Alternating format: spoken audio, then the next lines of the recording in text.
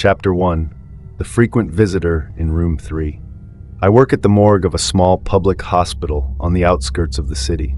The job isn't physically demanding, but there's always a lingering sense of unease that comes with it. The atmosphere in the morgue is cold, not just because of the temperature, but because of the overwhelming silence. It's the kind of silence that seems to absorb all sounds, making every little noise feel amplified. It was a Thursday night, one of those nights when the air felt heavier than usual. I had just finished organizing some documents in my office when the phone rang. It was the hospital staff calling to inform me that another body had arrived, a man in his mid-50s, heart attack victim, no family to claim him. When the body was brought in, everything seemed normal. I wheeled him into room 3, one of the morgue's cold chambers. As I went through the routine of logging his information, I couldn't shake the strange feeling that I had seen him before. His face, pale and lifeless, looked oddly familiar, though I couldn't place where I had seen him. But this wasn't the first time I'd had that feeling. Over the past few months, I'd noticed a disturbing pattern.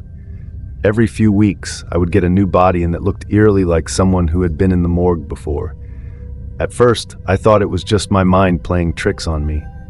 After all, many people in the area shared similar facial features or had lived similar lives. It wasn't entirely out of the question that I might see resemblances. But this was different. Each of these bodies, all male in their mid-50s to early 60s, with nearly identical facial structures, had died of similar causes, heart attacks or strokes. They all had no next of kin, no one to identify them, and their records were always vague, with only the bare minimum of details. The longer I worked here, the more frequent these bodies seemed to arrive. Always the same appearance. Always room 3. That night, after finishing my paperwork, I decided to leave early. It had been a long day, and the strange sense of déjà vu was making me uneasy. I headed home, trying to shake off the odd feeling that had settled over me. But even as I lay in bed, I couldn't sleep. My mind kept drifting back to the man in room 3. The next morning, I returned to the morgue. I was expecting the same routine: check the bodies, prepare for any new arrivals, and ensure everything was in order. But as I passed by room 3, I stopped in my tracks. The door was slightly ajar. That wasn't right. I had locked it before I left the previous night. Hesitant, I pushed the door open fully and stepped inside. The cold air hit me instantly, but that wasn't what made me freeze.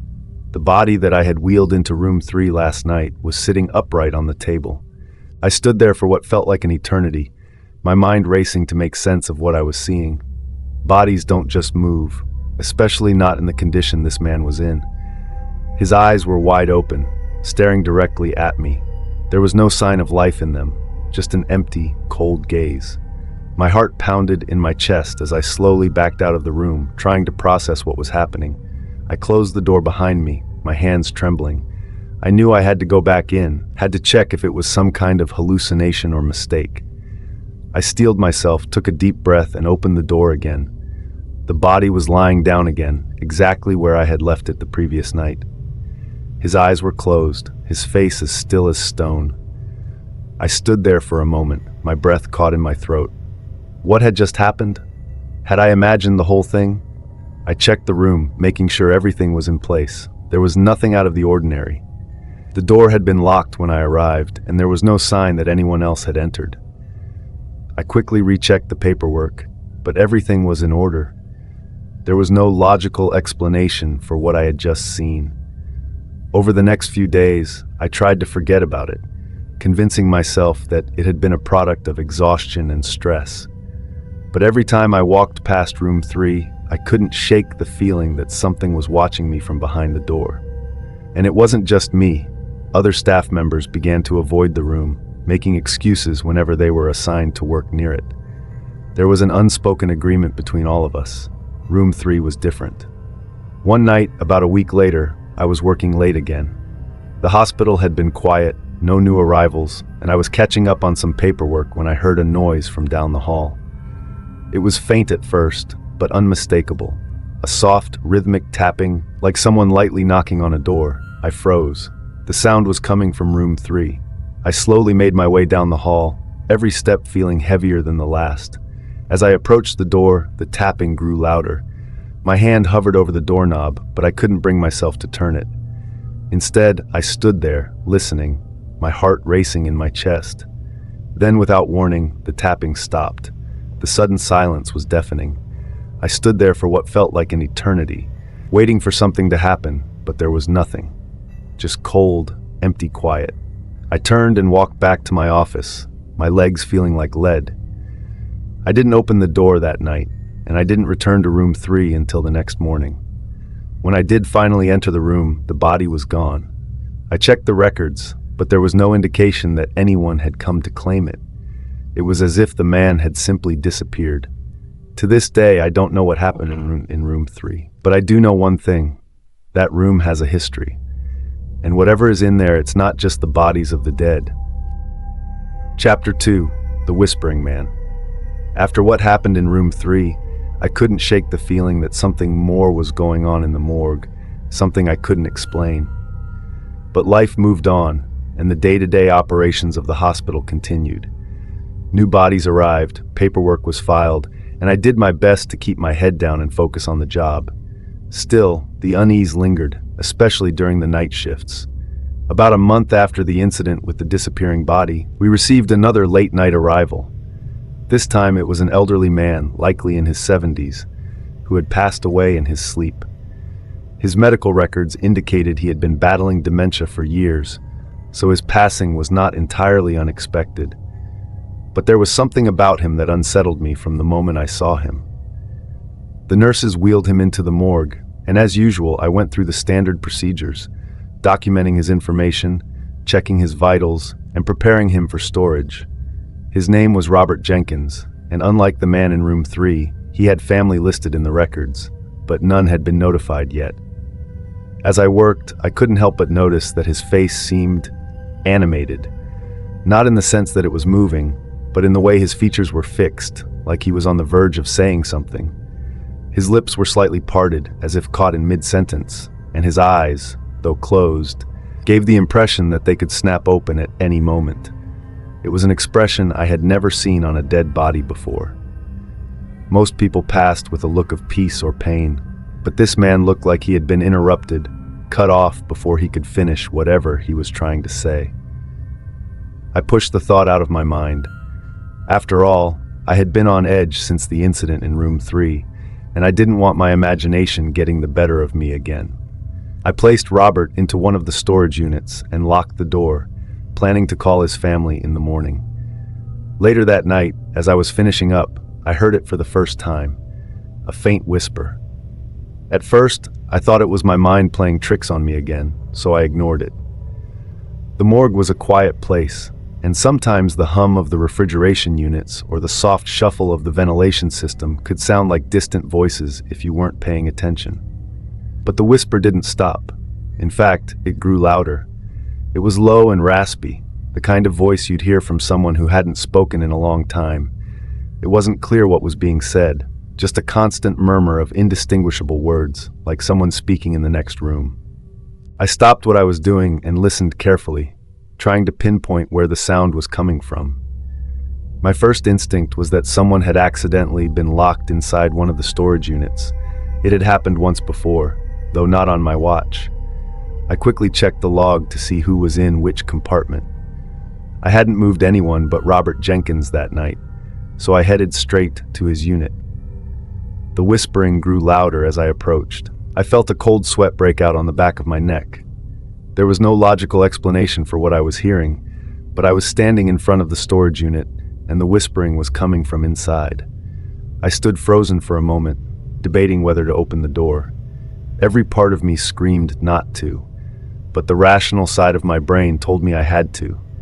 If someone was alive in there, or if there was a mistake, I had to check.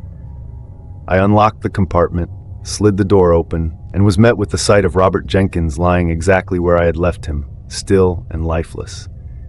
His body hadn't moved. His eyes were closed, and his mouth was slightly open, just like before. But the whispering didn't stop. It was coming from him. His lips, though barely parted, were releasing that low, incessant murmur. My stomach churned as I leaned in closer, trying to make out what he was saying. At first, the words were too jumbled to understand, a chaotic stream of whispers that seemed to blend into one another. But as I listened, I started to pick out certain phrases. They were disjointed, fragmented, but unmistakably words.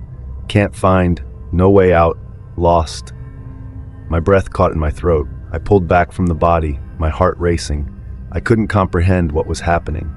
Dead men don't talk, and yet here he was, whispering from beyond whatever boundary separated the living from the dead. I slammed the storage unit shut, my hands shaking uncontrollably. The whispering stopped abruptly, as if silenced by the closing door. I stood there for a moment, my pulse pounding in my ears, trying to catch my breath. I backed away from the unit, almost stumbling in my haste to leave. I didn't return to the morgue until the next morning. The following day, I contacted Robert Jenkins' family to inform them of his passing. They came in that afternoon to make arrangements for his body to be transported to a funeral home. As I wheeled him out of the storage unit, I couldn't bring myself to look at his face. I kept my eyes on the floor as his family gathered around, saying their tearful goodbyes. They didn't seem to notice anything strange, and for a moment, I questioned if what I had heard had been real. Perhaps it was all in my head, a product of stress and exhaustion. After all, no one else had reported hearing anything unusual. But as the funeral home staff arrived to take him away, I overheard one of them talking to the other in hushed tones. "Did you hear that?" I turned sharply to see them standing by the van, the body already loaded inside. They were both looking at the closed doors of the vehicle, puzzled. "Hear what?" the other asked. "The whispering," the first man said, shaking his head. "It was like someone was talking in the back." They exchanged uneasy glances but said nothing more as they climbed into the van and drove away. I stood there in the cold, watching the van disappear down the road, knowing that whatever had whispered to me in the morgue was far from over. And even though Robert Jenkins was gone, I couldn't help but feel that his voice, his words, were still echoing somewhere in the silence of the morgue, waiting to be heard again. Chapter 3: The Unclaimed. After Robert Jenkins, I found myself dreading every night shift at the morgue. The silence that once felt routine now seemed ominous, as if the building itself held secrets it was unwilling to share. The whispering incident gnawed at the back of my mind, but I never spoke about it to anyone. It felt too unbelievable, like something that shouldn't be real. But in this place, the line between the explainable and the inexplicable was beginning to blur. About 2 weeks later, something else happened that forced me to confront the strange events head-on. It was a Wednesday evening, quiet like most midweek nights. There were no scheduled pickups or new arrivals, and I was alone, going over some old files in the back office.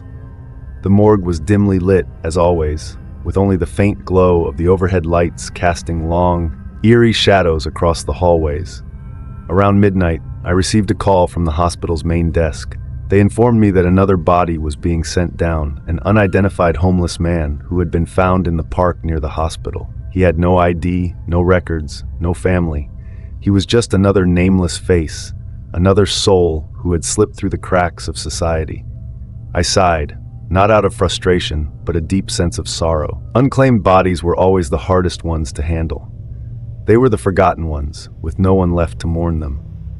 When the body arrived, I noticed something strange right away. The man looked younger than most of the homeless individuals we typically received, probably in his late 30s. His skin was pale, almost waxy, with no visible signs of trauma. His clothes were ragged, but clean, which struck me as odd. There was something unsettling about the way he looked, like he had just stopped, like his life had been paused rather than ended. I prepared the body for storage, going through the routine of documenting what little information we had.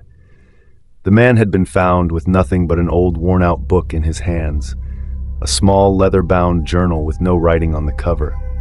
The officers who brought him in had left the book with his belongings, which now sat in a plastic bag on the counter. I couldn't help myself. After logging his details, I opened the journal, curious to see if it might offer some insight into who this man had been. But when I flipped through the pages, I found nothing but blank sheets, not a single word, not even a scribble or a drawing, just page after page of emptiness. The sight of the blank journal unsettled me more than I could explain. It was as if this man had left no trace of his life behind. No memories, no thoughts, no history. Just an empty vessel, both in life and now in death. I placed the journal back in the bag and went to store the body in the refrigerated unit. There were only a few available slots left, so I placed him in the one next to Robert Jenkins' old space. I couldn't help but shudder as I slid the drawer shut, the memory of that whispering voice still fresh in my mind. The night wore on, and I returned to my office, hoping to distract myself with paperwork. But the unease never left. Every small noise, the creak of a floorboard, the soft hum of the ventilation, made me jump. By 2 a.m., I was struggling to stay focused. My eyelids were heavy, and my mind kept wandering back to the unclaimed man and his empty journal. That's when I heard it, a loud thud from the morgue's main room. It wasn't subtle like the whispering from before. This was a heavy, unmistakable noise, like something large had fallen or been knocked over. I shot up from my chair, my heart racing. The morgue was supposed to be quiet, especially at this time of night. No one else was here. I grabbed a flashlight from my desk and cautiously made my way toward the sound. The closer I got, the colder the air seemed to grow, as if the temperature was dropping by the second. The morgue's refrigeration units always kept the room chilly, but this was different. This was a biting, unnatural cold that sank into my bones. When I reached the main room, I immediately saw the source of the noise. One of the refrigerated drawers was open, not just open, but fully extended. The body inside, the homeless man from earlier, was lying halfway out, his upper torso dangling limply over the edge of the drawer. His lifeless face stared directly at the ground, his mouth slightly open, as though he had tried to speak in his final moments. My heart pounded in my chest. There was no way the drawer could have opened on its own. I had locked it securely, just like I always did, and even if it had somehow malfunctioned, the body wouldn't have moved. I approached slowly, my flashlight trembling in my hand. The man's face was still, frozen in the same expression I had seen earlier. But as I got closer, I noticed something else. The journal, the one that had been left with his belongings, was now clutched tightly in his hand. I froze. I had placed that journal in a plastic bag with his other things. There was no way it could have ended up back in his hands, especially not like this. My mind raced, trying to make sense of what I was seeing, but no explanation came. The longer I stood there, the more palpable the dread became, like an invisible force pressing down on me. I reached out to gently pry the journal from his stiff fingers. As I did, I could feel a cold sweat forming on my brow. The man's grip was tighter than I expected, and I had to tug harder to free the book. When I finally pulled it loose, his hand fell limp against the drawer. I stood there for a moment, staring at the now free journal. My instincts screamed at me to put it down, to leave it alone, but something compelled me to open it once more. The pages were no longer blank. Where there had once been empty, untouched sheets, there were now words. Thousands of them, written in a chaotic scrawl that filled every inch of the pages. The handwriting was erratic, almost manic, and though it was difficult to make sense of it, one phrase kept repeating over and over again: "They left me, they left me, they left me." The phrase was written dozens, maybe hundreds of times, each repetition becoming more frantic, more desperate, as if the writer had been in a state of complete panic. My hands shook as I flipped through page after page of the same words. It was as if the journal was screaming, crying out for help, long after the man who wrote it had passed. I slammed the journal shut and backed away from the drawer, my mind reeling. I had no explanation for what was happening, but I knew one thing for sure.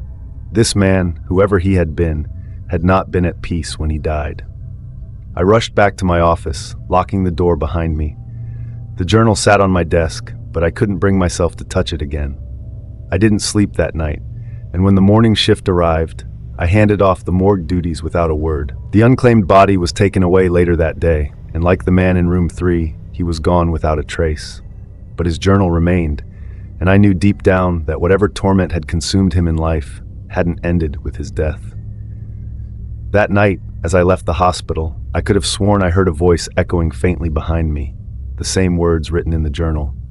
They left me.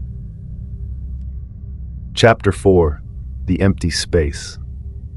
By the time I had to work the night shift again, The fear had settled deep into my bones.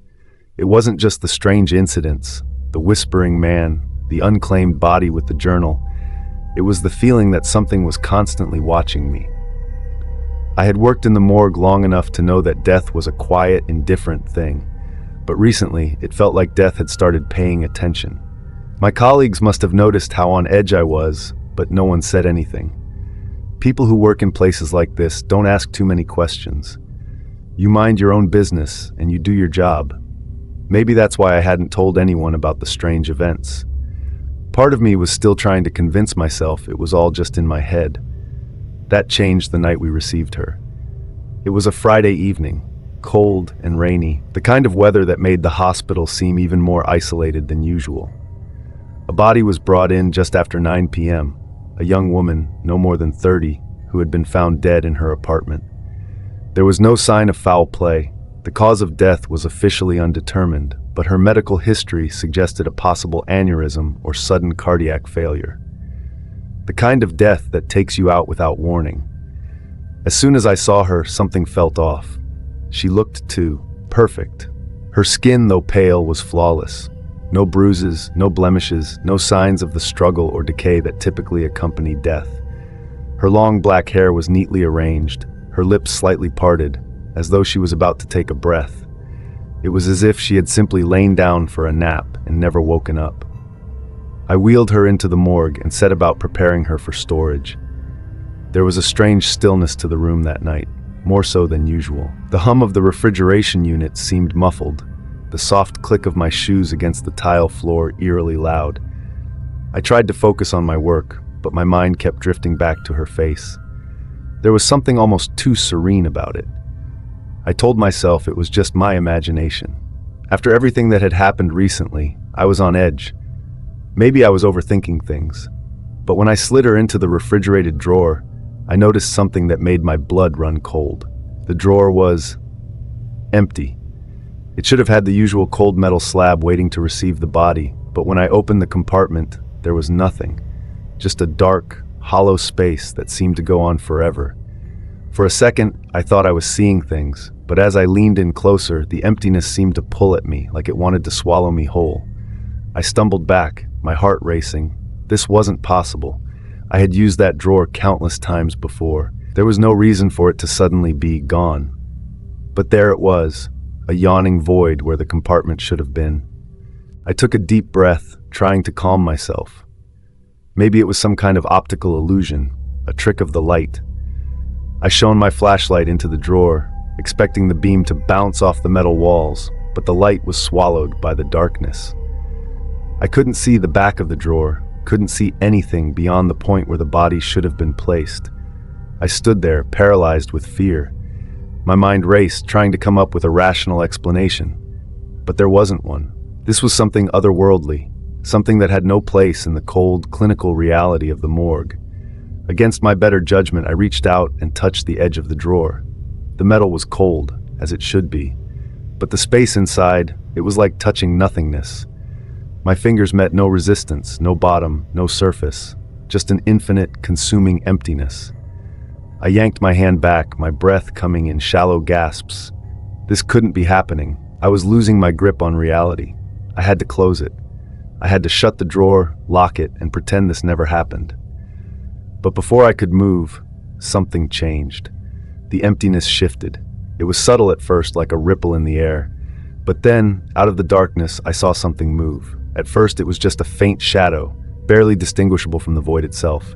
But as it drew closer, I realized with mounting horror that it was a figure, a person. No, not a person. It was a distorted silhouette, something that resembled a human but was all wrong. Its limbs were too long, its movements jerky and unnatural, like it didn't quite know how to control its own body. Its face was a blur, indistinct, but its eyes were the only clear thing. They were wide, bulging, and filled with an intensity that made my skin crawl. The figure stopped just inside the edge of the drawer, staring at me with those unblinking eyes. For a moment, I thought it was going to climb out, pull itself into the real world, but instead, it did something far worse. It smiled. It was a grotesque, twisted smile that stretched across its face in a way that no human mouth ever could. And then, in a voice that sounded like it had been dragged through gravel, it whispered, "She's mine." I stumbled back, crashing into the metal trays behind me. The noise echoed through the morgue, but I barely heard it over the sound of my own heartbeat thudding in my ears. I scrambled to my feet and slammed the drawer shut, locking it with shaking hands. The moment the door clicked into place, the cold returned, the normal, familiar cold of the morgue. The strange, unnatural chill had vanished. I backed away from the drawer, my entire body trembling. I could still hear that voice in my head, that horrible whisper. "She's mine." Who was she? The woman? The one I had just placed in the drawer? And what was that thing in the empty space? The questions flooded my mind, but I had no answers. All I knew was that something terrible had just happened, something that defied logic and reason. I wanted to leave. I wanted to walk out of the morgue and never come back, but I couldn't, not yet. The woman's body was still inside that drawer, and if there was any chance she was connected to whatever that thing was, I needed to know. Against every instinct, I forced myself to open the drawer again. The darkness was gone. The void had disappeared, replaced by the cold, sterile metal interior I had expected to see the first time. And there, lying perfectly still on the slab, was the woman's body. Her face was just as serene as before, her lips slightly parted in that same peaceful expression. But something had changed. Her hands, the ones I had placed gently by her sides, were now clasped tightly together over her chest, as though holding on to something. My heart sank. I leaned in, terrified of what I might find. Slowly, I pried her fingers apart, revealing what she was clutching. It was a small, black key. I had never seen it before. It was old, rusted, like it had been buried for decades. There were strange markings etched into the metal, symbols I didn't recognize. And as I held it in my hand, I felt a strange, pulsing energy coursing through it, like it was alive. I didn't know what the key was for, or how it had ended up in her hands, but I knew one thing for certain: this woman had not died naturally, and whatever had taken her life wasn't done yet. I locked the drawer again, placed the key in a small envelope, and stashed it in my desk drawer. I couldn't bear to look at it anymore. That night, I left the morgue without finishing my shift. I didn't care. Something had been unleashed in that room, something I didn't understand, and I needed time to figure out what to do next. But as I walked out of the hospital, I couldn't shake the feeling that the thing in the drawer was watching me, waiting for the next time I'd be foolish enough to open that door again. Chapter 5: The Final Visitor. After that night, I couldn't shake the feeling that the morgue was no longer just a place for the dead. Something darker had taken root there, something I didn't understand and was afraid to confront. But I didn't have a choice. I needed this job, and no matter how terrified I was, I couldn't just walk away. The key I had found in the woman's hands weighed heavily on my mind. It wasn't just an ordinary object. It pulsed with a kind of energy that made my skin crawl every time I touched it. I kept it locked away in my desk, hidden from view, but its presence haunted me. I felt like it was waiting for something, like it held a secret I was meant to uncover. Weeks passed without any major incidents, but the atmosphere in the morgue grew more oppressive with each passing day. The lights flickered more often, strange sounds echoed in the corridors, and the cold seemed to seep deeper into my bones. My colleagues didn't notice, or if they did, they didn't say anything. But I knew something was coming.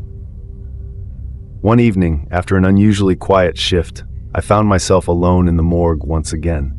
The rest of the staff had gone home, and I was left to finish some paperwork before locking up for the night.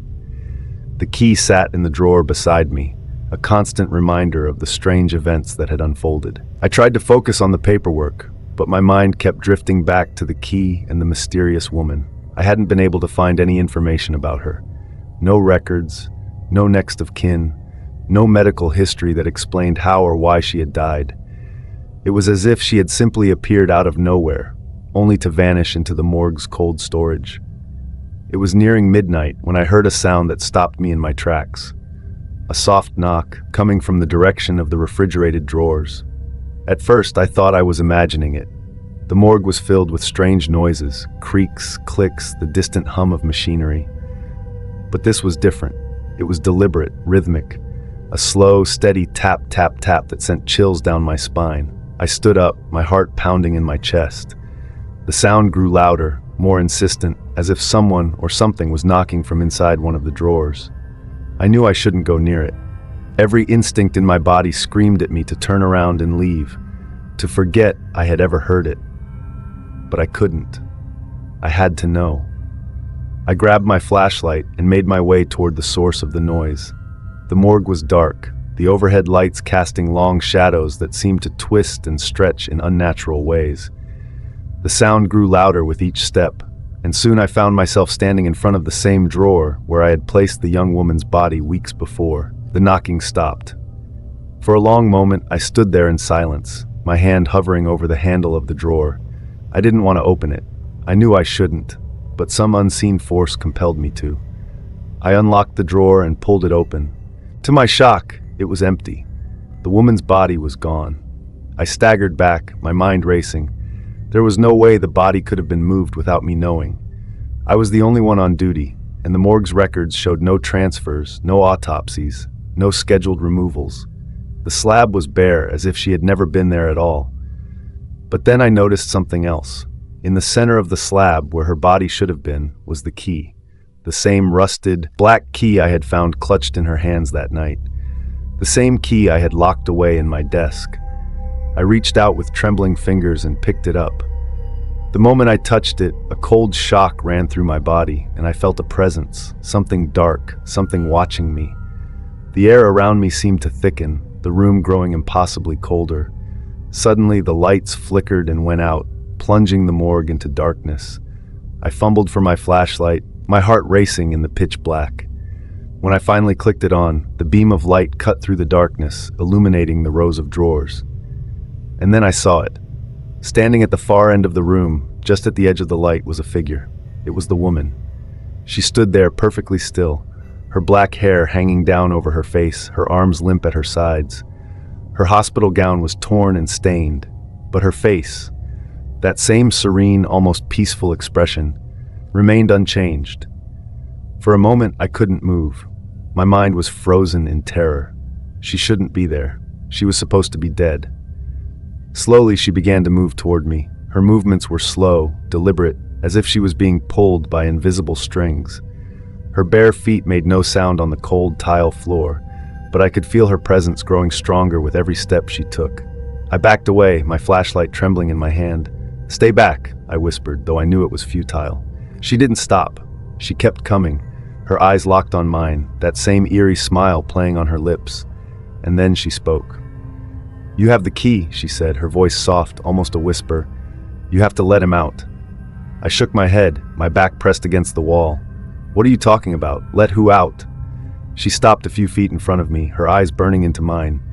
"The one who waits. The one who was locked away. You have the key. You have to let him out." I looked down at the key in my hand, the cold metal biting into my skin. I didn't understand. None of this made sense. "Who are you?" I asked, my voice trembling. "What do you want?" Her smile widened, and for the first time I saw a flicker of something dark behind her eyes. "I am the messenger," she said. "I was sent to bring him back, but you have the key now. It's your turn." Before I could react, she stepped forward and reached out to touch my arm. The moment her cold fingers made contact with my skin, a wave of overwhelming dread washed over me. Images flooded my mind, visions of a dark place, a void filled with writhing shadows, and a figure trapped in the center of it all. A figure that was waiting for me to set it free. I screamed and pulled away, stumbling backward. The woman's face twisted into something monstrous, her serene smile turning into a grotesque grin. "You have to let him out," she repeated, her voice rising to a shrill, unnatural pitch. "You have to let him out!" The lights flickered back on, and in that instant, she was gone. I stood there, gasping for breath, my mind spinning. The morgue was silent again, as if nothing had happened. But I knew better. The key was still in my hand, heavier than before. I didn't stay to find out what would happen next. I locked the morgue door behind me and left the hospital without saying a word to anyone. The key remained with me, its cold weight a constant reminder of what I had seen. I haven't been back to the morgue since that night. I quit my job and moved far away, hoping to escape whatever darkness had taken hold of that place. But even now, I can still feel it. The presence. The one who waits. The one I'm supposed to release. The key is still with me, hidden away where no one can find it. But sometimes, late at night, I hear the knocking again, and I know that one day I'll have to face him, because I have the key, and he's still waiting.